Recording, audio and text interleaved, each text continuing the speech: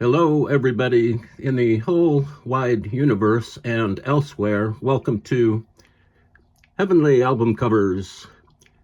Now, normally we do a lot of fun stuff, and we just have a lot of fun here and do light-hearted things. We don't take record albums or record album covers that seriously. We just like to take things lightly and present an entertaining program here at Heavenly Album Covers. Today, however, we're going to cover a more serious issue with specifically old record covers, album covers from the mid to late 1970s and slightly into the early 1980s. A lot of especially classic rock albums in the mid to late 70s had die-cut covers for design reasons. I just dropped the light here. And so there were many classic rock groups and other genres of group that utilized the die-cut technique here. Designers would incorporate die-cut places where other images were placed behind the die cuts, and it's a real clever technique art-wise, but it's turned out to be kind of a serious kind of a safety problem. This is the Rolling Stones album Some Girls, and there are little die-cut holes for the faces of the Rolling Stones here, and you can see that there are some spots here where the die cut is happening here. And next up we have The Who, a real big classic rock group, The Who, and their album Odds and Sods. And this has really interesting die cuts here. There aren't a lot of the die cuts here, not a lot of die cuts, but there are die cuts here that reveal imagery behind the die cuts here. And so I had become aware of this problem. I'll mention it in a moment, but I've read a couple of articles, small articles, and I watched one short video on YouTube about this pretty big problem with die cuts from the 1970s. Apparently, due to collected dust on album covers and also humidity that even penetrates the, even if you have poly protective sleeves on your classic rock album covers, this humidity and dust will accumulate on the edges of these die cuts here. On the very edges, the top edges of these die cuts can accumulate dust and humidity, which it contracts the die cut edge here. It turns these harmless die cuts into like razor blades. It's a little bit frightening.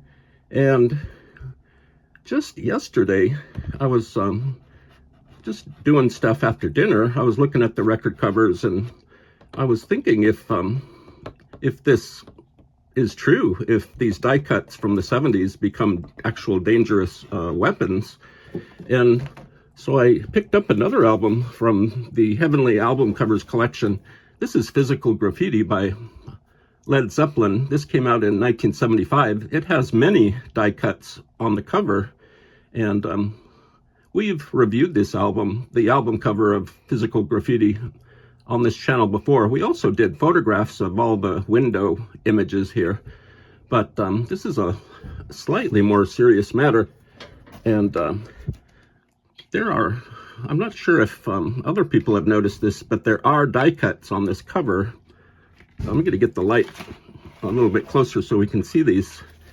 They're like almost like weapons. And even though this is a newer copy, this is a 180 gram version, remastered with a brand new cover, but the Heavenly Album Covers offices are located in a very humid and dusty area, so these edges on this physical graffiti album cover have become sharp like razors. And I was picking up this album cover. You can see how the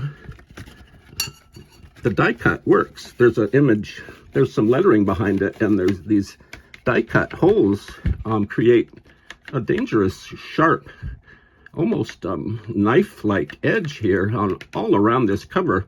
It's a little bit scary. And so I had heard about the problem with die-cut album covers from the classic rock era.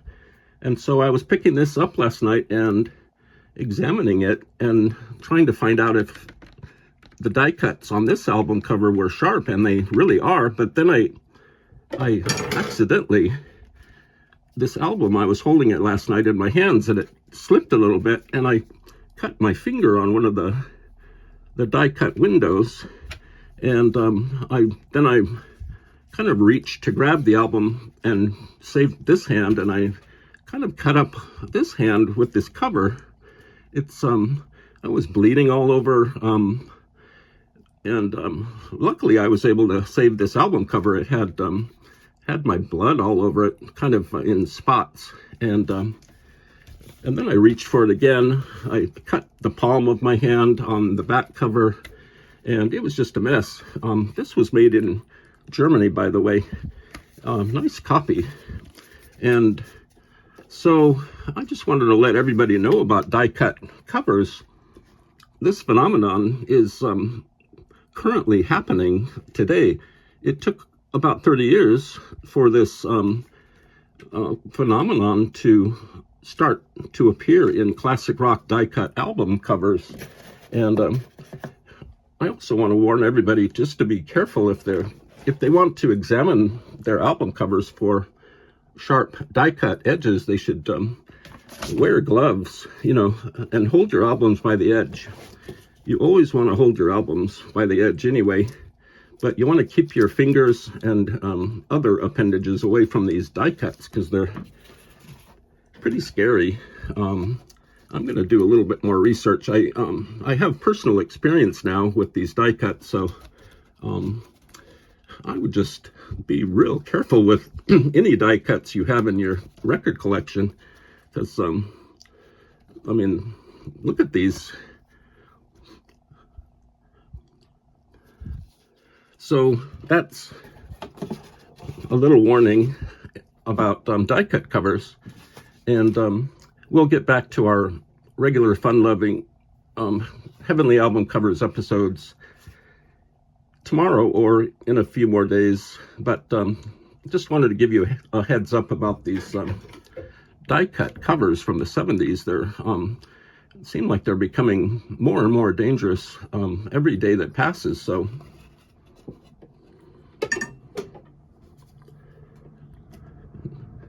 that physical graffiti album just sliced into the tip of my index finger, and then it kind of fell over here. I grabbed it.